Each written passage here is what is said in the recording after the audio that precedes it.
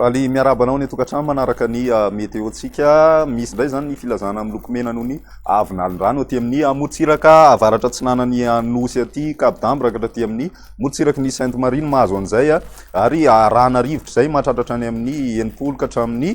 dimy amby enimpolo kilometatra isan'ora koa iangaviana zany ponina sy ny mpampiasa ranomasina amin'ny morontsiraka iny hitandrina ary anaraka ny toromarika omeny tompon'andraikitra ny fotony zany mba hisoroantsika ny loza mety hitranga manoloana an'izay rivotra zay ihany koa dia somary mafimafy ihany koa nitsokan'ny rivotra raha ny aty amin'ny ampovoantany sy ny aty amin'ny morontsiraka avaratra andrefanosy ary koa ny morontsiraka atsimonosy igny ho an'ny andro rapiso izay ny eto Madagasikara raha ny sary azy tamin'ny zanabolana no resahana dia manjaka hatrany aloha zany ny tsioka avy any atsimo atsinanana aty amin'ny ilany atsinanan'ny nosy iray manontolo mbola mitoy zay ho an'ny andro rapiso ny any andrefana moa zany saika maina hatrany ny maripanatsika zany eo anatin'izay any amin'ny alarobia any tsika vao miandry fiakarana kely indray amin'ny maripana indrindra ny aty amin'ny ampovoantany sy ny tapany atsimonosy ary ny ilany atsinanany nosy iny toy izao ny toetrandrotsika ho an'ny rapiso vao maraina misy ny orana malefaka miatoato raha ny aty amin'ny morontsiraka savasy analanjorofo mitatratra aty amin'ny morontsiraky ny vadivavy fitovinany zay mandraona ny ilany atsinanany atany zay arahana herika indraindray indrindra ho an'ny